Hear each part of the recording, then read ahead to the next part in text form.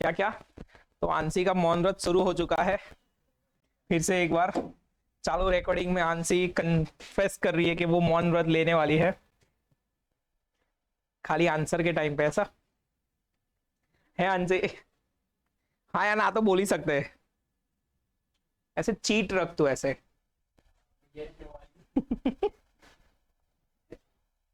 चलो छोड़ो। Chemical kinetics शुरू किया था जिसके अंदर टाइप्स ऑफ रिएक्शन बताए थे मैंने, हाँ या ना? कुछ तो बोलो, बोलो हाँ। तो बोलने का मजा नहीं आया यार, ऐसे ठुकरा के मेरा प्यार इंतकाम देखेगी ऐसा।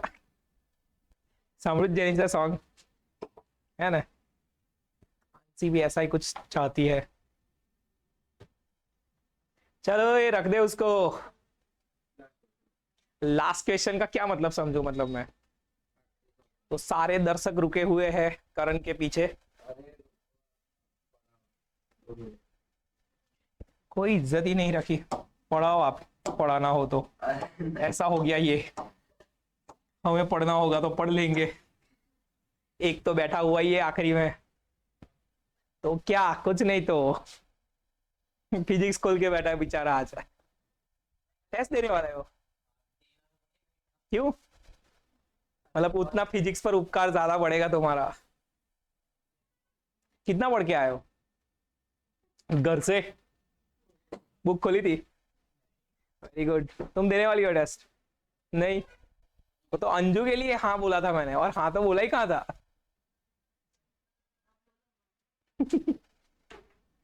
तो टेस्ट देने वाले कितने बच्चे हैं? 1 2 3 4 5 6 बच्चे टेस्ट देने वाले हैं। तूने दिया टेस्ट? हुए कैसा किया? कितना अच्छा। लाइव चेक कर लेता हूं मैं, हाँ कोई भी सब्जेक्ट आजकल तो। चलो, बातें कर रहे थे हम इंस्टेंटेनियस और दो टाइप के रेट ऑफ रिएक्शन की बात की थी। रेट ऑफ रिएक्शन दो टाइप के हैं, कौन से? एवरेज ROR और दूसरा इंस्टेंटेनियस ROR। ठीक है, दो टाइप के रेट ऑफ रिएक्शन है, एक एवरेज और दूसरे इंस्टेंटेनियस। यस और नो? रेट कैसे फाइंड करेंगे रिएक्शन के लिए? तो कि भाई कंसंट्रेशन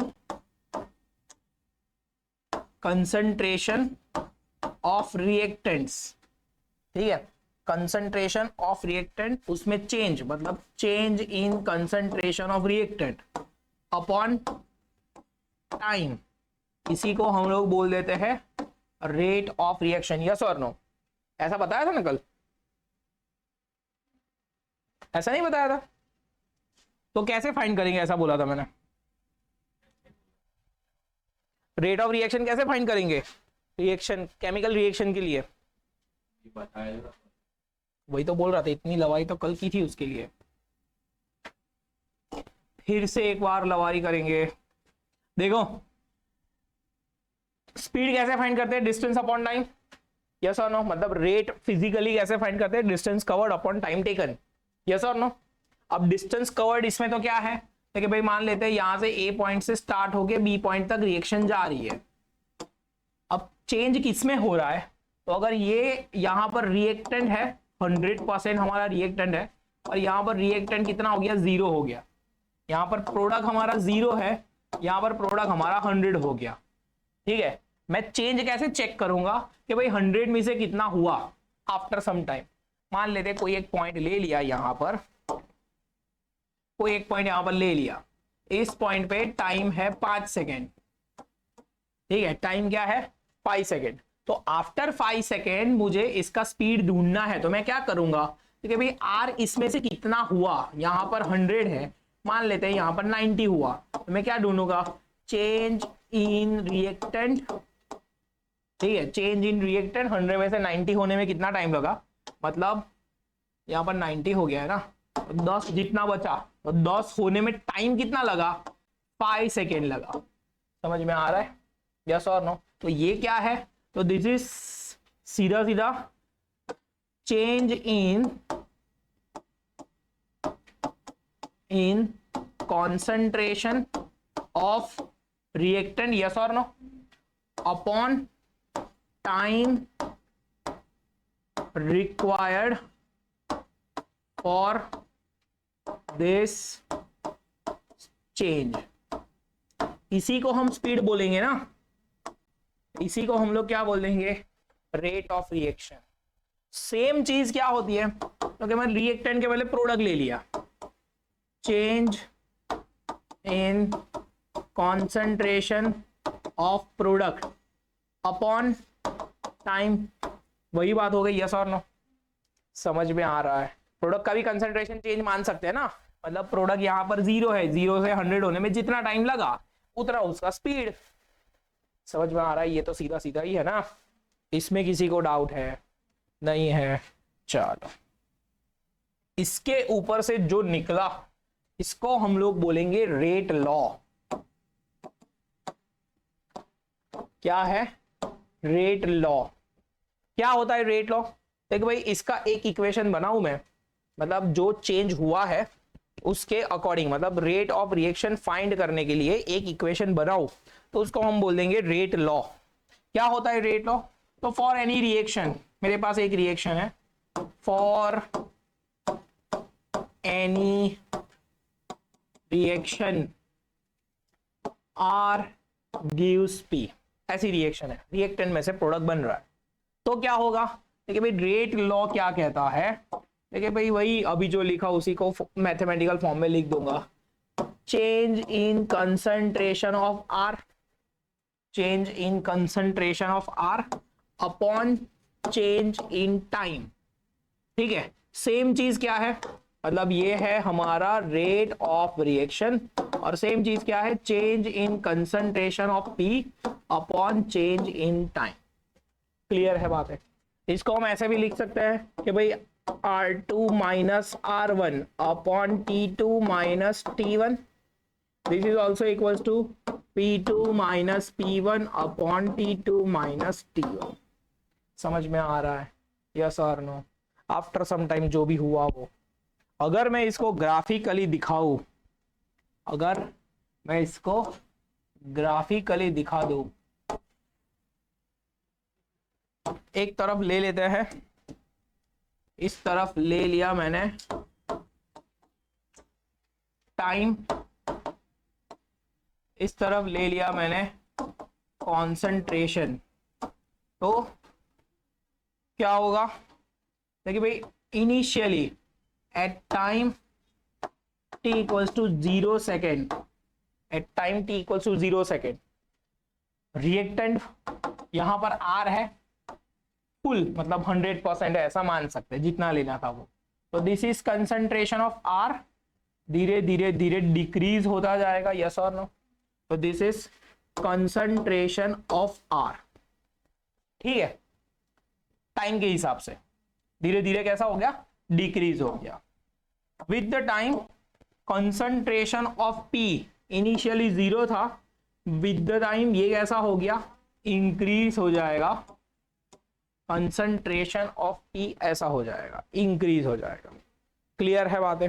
ये तो हमारा इक्विलिब्रियम पॉइंट है. ठीक है, इक्विलिब्रियम पॉइंट जहां पर concentration of P and concentration of R same रहता है. क्लियर है बातें? समझ में आ रहा है? यस और नो? यस और नो? अगर इस पर डिफरेंट डिफरेंट पॉइंट्स लूं मैं, जैसे इस पॉइंट पे लिया, ठीक है, इस पॉइंट पे ले लिया, तो यहां पर क्या होगा? देखिए भाई, ये है कंसंट्रेशन ऑफ R1 कौन से टाइम पे? देखिए यहां पर हो गया T1 टाइम. ठीक है, दूसरा पॉइंट कंसीडर कर देते हैं ऐसे, ये हो गया मेरा T2 टाइम, यहां पर है R2. समझ में आ रहा है? अगर इसका मैं स्लोप निकालू, इसका मैं क्या निकालू? स्लोप निकालो, तो क्या हो जाएगा? तो क्या R2 minus R1 upon T2 minus T1, इसी को हम बोल देंगे delta R. Upon delta t, और यही क्या है, average rate of reaction. Clear है बातें, समझ में आ रहा है, यस और no? Average rate of reaction. Same चीज आप प्रोडक्ट की भी कर सकते हो, ठीक है, सेम चीज आप प्रोडक्ट में भी कर सकते हो। इसको हम लोग क्या बोल देंगे, रेट ऑफ रिएक्शन फाइंड करने का एवरेज वाला तरीका, ठीक है। अगर सपोज मैं इंस्टेंटेनियस की बात करूं, अगर सपोज मैं इंस्टेंटेनियस की बात करूं, तो ग्राफ मेरा सेम ही रहेगा, मतलब इसको यहां से हटा देते हैं।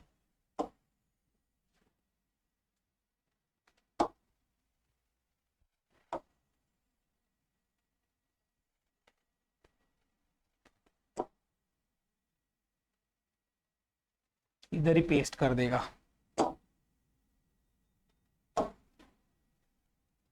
पागल,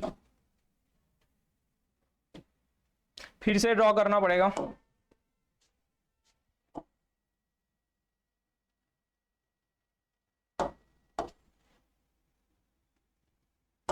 चलो क्या किया, फिर से मैंने वही काम कर रहे हैं हम, यहां पर टाइम कंज्यूम कर लेंगे।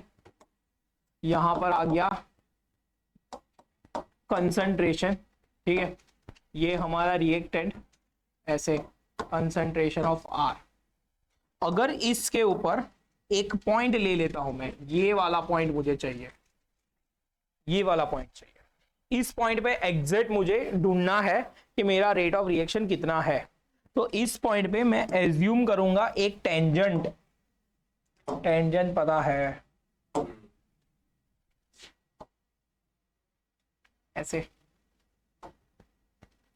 ऐसा एक टेंजेंट मुझे लेना पड़ेगा, और उस पॉइंट की, ठीक है, इस पॉइंट की एग्जैक्ट वैल्यू निकालूंगा।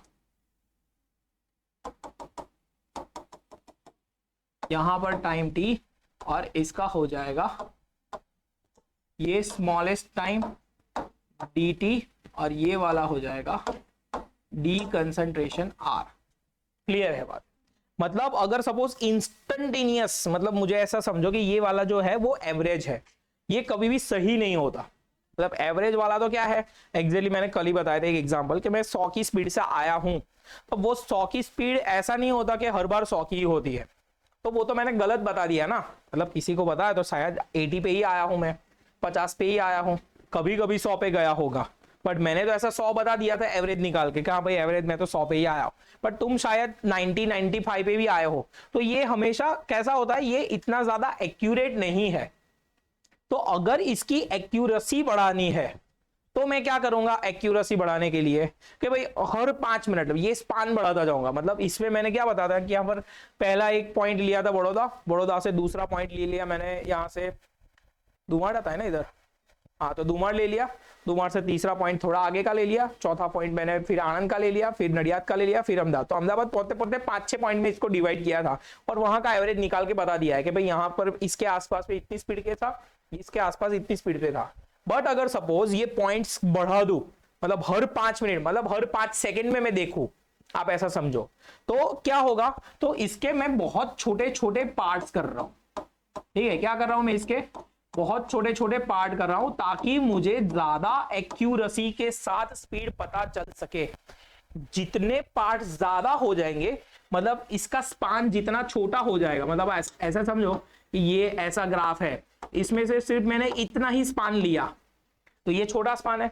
इससे भी कम स्पान लिया तो हर सेकंड में मेजर कर रहा हूं मैं, हर सेकंड में स्पीड मेजर कर रहा हूं, और उसका एवरेज निकाल के दे रहा हूं, तो वो एक तरीके से एक्यूरेट रिजल्ट आएगा। और ये हर सेकंड वाले जो होते हैं, हर सेकंड वाले, उसको मैं क्या बोल देता हूं, वो स्मॉलेस्ट पार्ट होता है डी आर जितना।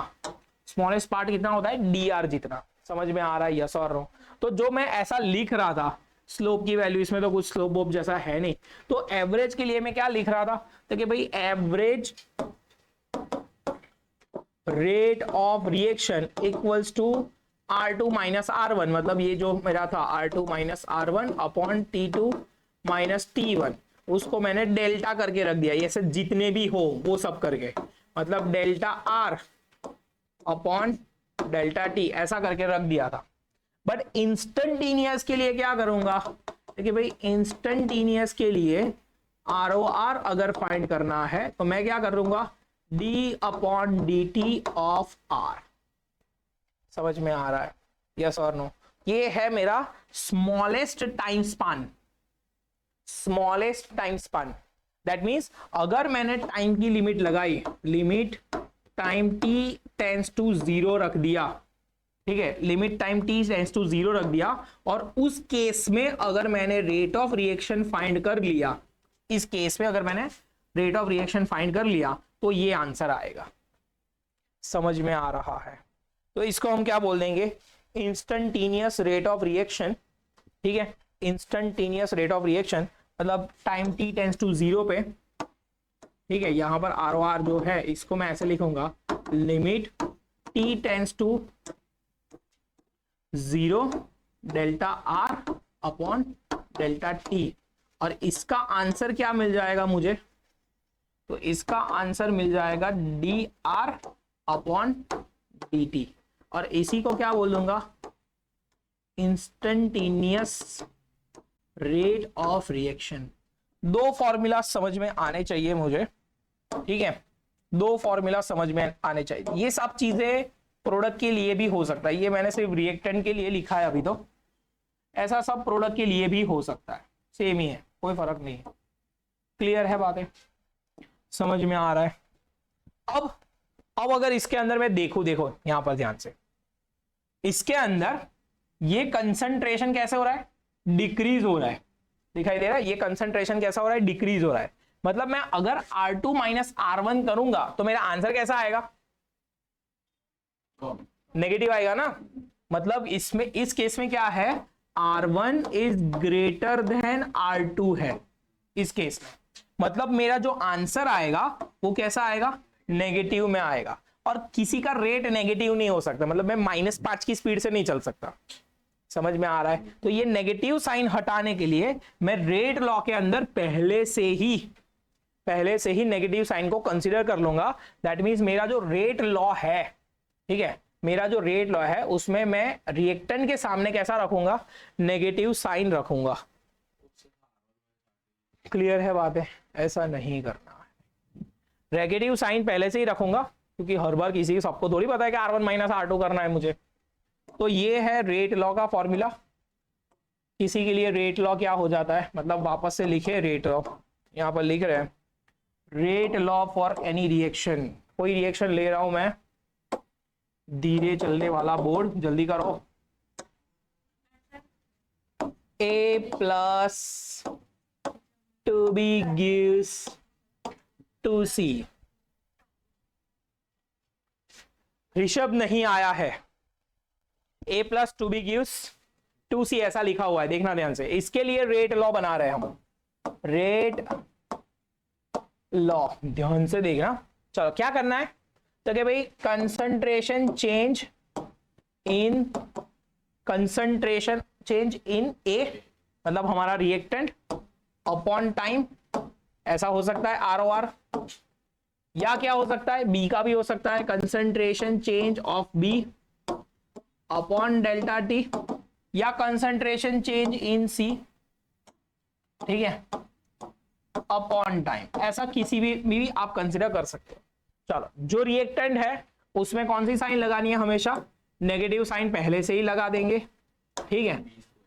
दूसरा, जो आगे कोफिशिएंट है वो आगे जाएगा मल्टीपल में, ऐसे, ठीक है, जो कोफिशिएंट है वो आगे मल्टीपल में डिनोमिनेटर में जाएगा। मतलब यहां पर 2 है तो 1/2 लेके जाएंगे, अगर यहां पर है तो यहां पर भी क्या करेंगे, 1/2। This is known as rate law. Clear है बात है? कोई अगर आपको ऐसा पूछे कि फॉर्मेशन ऑफ अमोनिया हो रहा है, उसका रेट लॉ लिख के दो, तो फॉर्मेशन ऑफ अमोनिया कैसे हो रहा है, N2 + 3H2 gives 2NH3, ये फॉर्मेशन ऑफ अमोनिया है। चलो ROR लिखेंगे, एवरेज ROR लिखेंगे, क्या हो जाएगा, माइनस कंसंट्रेशन ऑफ N2। देखो अभी इस केस में ये तो क्या है, गैसियस है ना, तो गैस के लिए कंसंट्रेशन नहीं होता, गैस के लिए क्या होता है, पार्शियल प्रेशर होता है। तो P(N2) लिखेंगे, partial pressure of N2 upon ये change in partial pressure of N2 upon delta T, इसके साथ साइन माइनस की, इक्वल्स टू 1/3 माइनस के साथ partial pressure of H2 change in partial pressure of H2 upon delta T equals to plus 1/2 change in partial pressure of NH3 upon delta T। ये हो जाएगा gaseous के लिए rate law. Same चीज अगर instantaneous के लिए लिख रहा हूं मैं, सेम चीज अगर इंस्टेंटेनियस के लिए लिख रहा हूं तो क्या लिखूंगा मैं, D partial pressure of N2 upon dt, minus तो रखना ही है, माइनस 1/3 dt H2 अपॉन dt equals to 1/2 dP NH3 upon dt। समझ में आ रहा है? ये इंस्टेंटेनियस रेट लॉ है। इसके ऊपर से अगर मैं आपको ऐसा पूछूं कि भाई पार्शियल प्रेशर N2 का दे दिया है, टाइम दे दिया है और H2 का ढूंढ निकालो, तो ये दोनों क्वांटिटी को कंपेयर करके निकाल सकते हो, यस और नो? समझ में आ रहा है? धीरे धीरे क्या हो रहा है, तो कि भाई धीरे धीरे हमारा जो रिएक्टेंट है वो रिएक्शन मतलब हमारे सॉल्यूशन में से डिसअपीयर होता जा रहा है, यस और नो? रिएक्टेंट जो है वो खत्म हो रहा है ना, मतलब डिसअपीयर हो रहा है। तो rate of disappearance of reactant, rate of disappearance of reactant, जिसको हम बोल देंगे ROD, कितना हो जाएगा? देखिए भाई हम पहले वाली रिएक्शन कंसिडर करते हैं, कितना हो जाएगा? देखिए change in concentration of A upon change in time, negative sign के साथ है तो उसको ऐसा लिखेंगे। दूसरी बात, अपीयरेंस डिसअपीयरेंस के अंदर हम पहले से मोड लगा देंगे, वो माइनस में नहीं आना चाहिए। समझ में आ रही है? ये वैल्यू किस में नहीं आनी चाहिए? माइनस में नहीं आनी चाहिए। दूसरी बात, इसमें कोफिशिएंट का कोई रोल नहीं है, ठीक है? डिसअपीयर हो रहा है तो रिएक्टेंट हो रहा है, अब 2 रिएक्टेंट डिसअपीयर हो गए, 5 हो जाए, 10 हो जाए, उससे कोई फर्क नहीं पड़ रहा, सब एक साथ ही रिएक्शन करते हैं, तो इसमें कोफिशिएंट का कुछ नहीं करना है। अगर रेट लॉ लिखना है तो आपको कोफिशिएंट लिखना पड़ेगा, उसको कंसीडर करना पड़ेगा। बट अगर सपोज मैं ऐसा लिख दूं ROD ऑफ B, ऐसा लिख दूं तो क्या लिखना है? सिर्फ change in concentration of B upon delta T, ऐसा लिख देंगे। समझ में आ रहा है? मतलब वो वैल्यू नेगेटिव में नहीं जानी चाहिए एक तो, दूसरा उसके कोफिशिएंट को कंसीडर नहीं करना। समझ में आ गया? सेम चीज अगर हम रेट ऑफ अपीयरेंस देखें, अपीयर कौन हो रहा है?